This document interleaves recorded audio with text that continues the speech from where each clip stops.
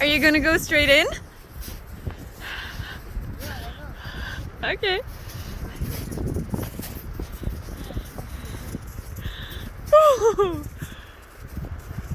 Is it deep there? Okay.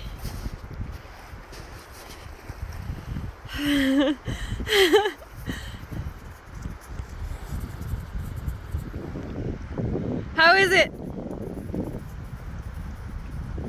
Very good. Yeah? Not cold.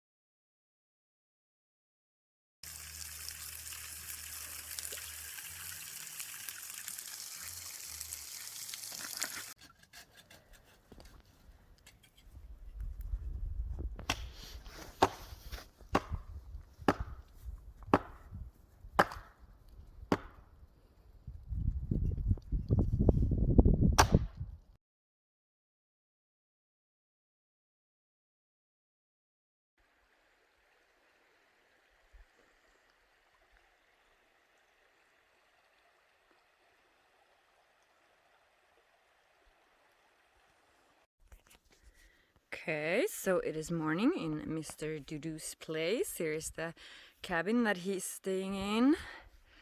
And here is his little kitchen where the fire and coffee is happening in the morning.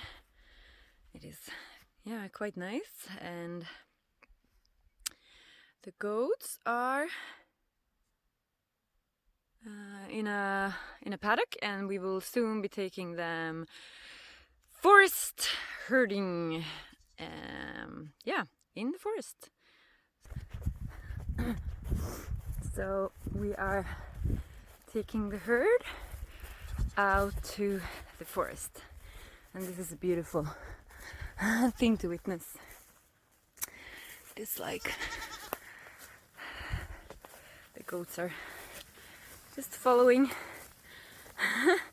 their leader. They know that they're gonna go on adventure and have some awesome food.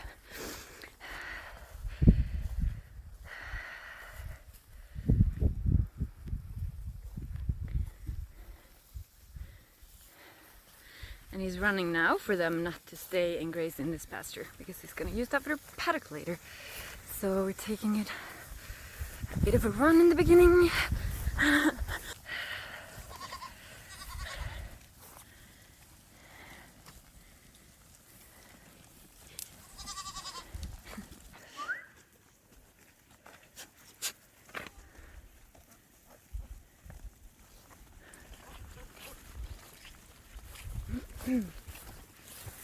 Sluta med det.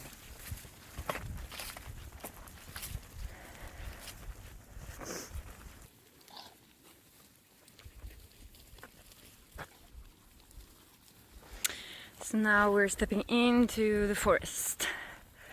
And especially in this environment, the photosynthesis happen to grow the trees, the bushy things, the woody plants, like a tree, for instance. Uh-huh. The photosynthesis meaning, what does that mean? The photosynthesis meaning the sun Uh-huh. and other requirements like water, soil moisture, and so on, enabling the biomass, the plants, the green things to grow. Yeah. So, if you would live this environment as they did, The big goat is here. Sorry. as they do with the forest plantation, without any animal impact, Yeah. what happens is that these trees keep growing Uh-huh. and they dominate the landscape. Yeah. Which means it's a very sunny day today, but right now we are in the shade. Yeah. And we will need to really walk and find sunny spots because the sun doesn't really reach the bottom because Uh-huh. of all this canopy, as it's called, like this high up plants and trees. All the bushy trees takes the sun. Yeah. So the sun does not reach the ground. Yeah, and the result, which is not super visible here because it's still a young forest, but the result is that the ground dies. So The you ground see- dies? Yeah, you see all the spruce trees or pine trees or birch trees, like when you look to the forest, but when you get inside the forest, Yeah. you see that in the bottom there is almost nothing, kind of. And moss. Yeah. A lot of moss everywhere. But no flowers, no... Yeah, because simply the sun doesn't reach. That one reason is that the sun doesn't reach the bottom. Yeah. That's one reason. Uh-huh. Orin left, back up.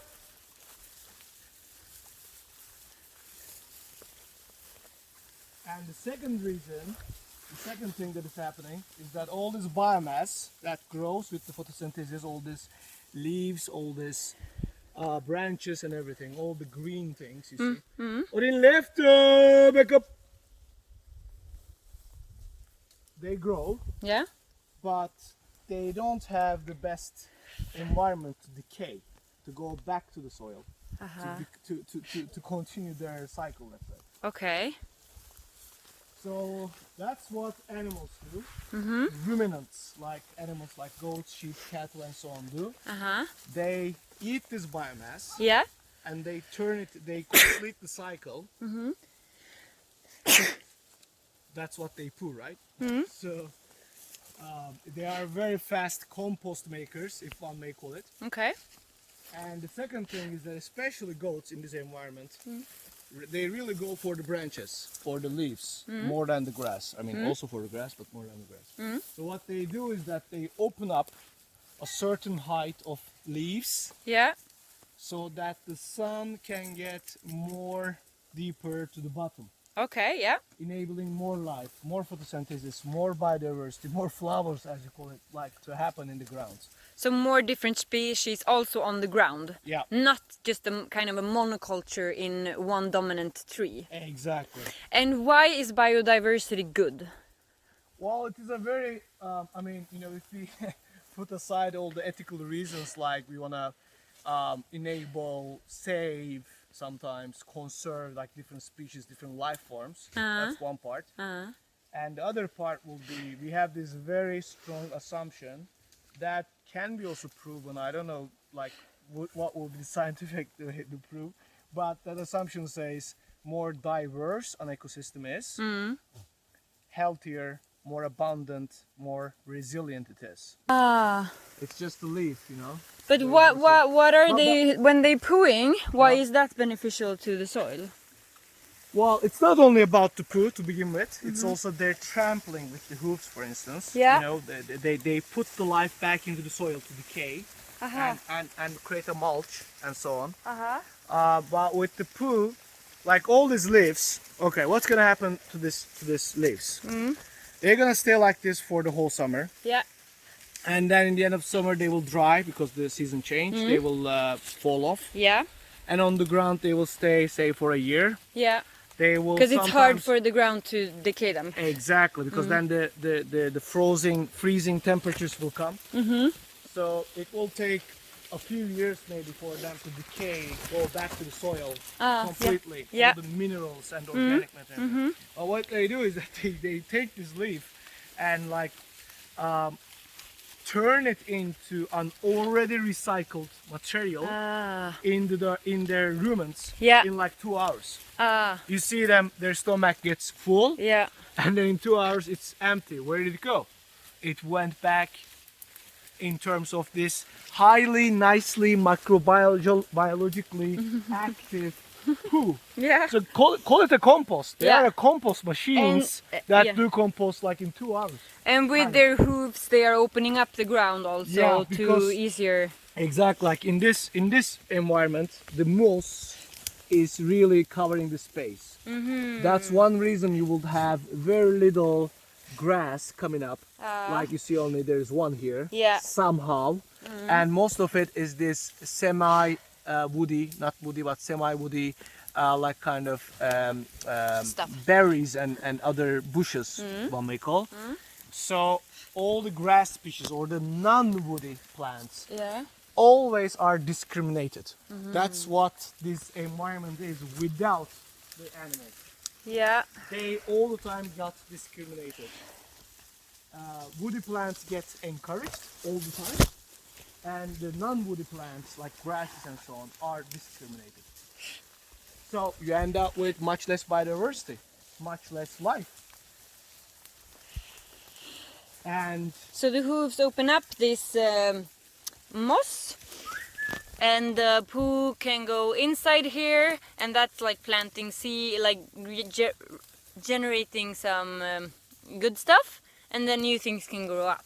that's one way exactly, and even more. Exactly. Yeah, That's one way. something like that. Exactly. For an unexperienced person to. Yeah. No, it's yeah.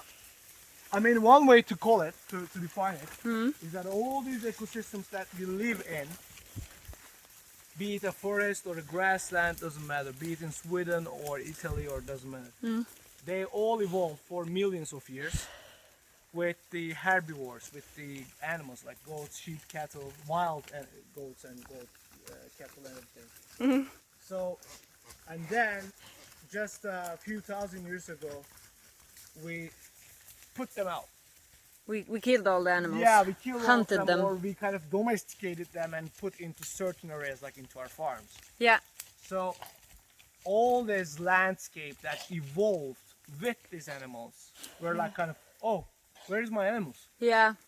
So they go into degradation because they were designed by time, by evolution, to be with those animals, grazing in a what we call prey-predator pattern, like in bunched animals, not like, oh, let them, with the wolves around chasing them and like keeping them bunched so that they don't overgraze, but they properly graze and allow up the recovery of the plant and everything. I know I'm using many words that somehow maybe a bit technical, but there's just like, it's just such a fact when you observe nature and ecosystem.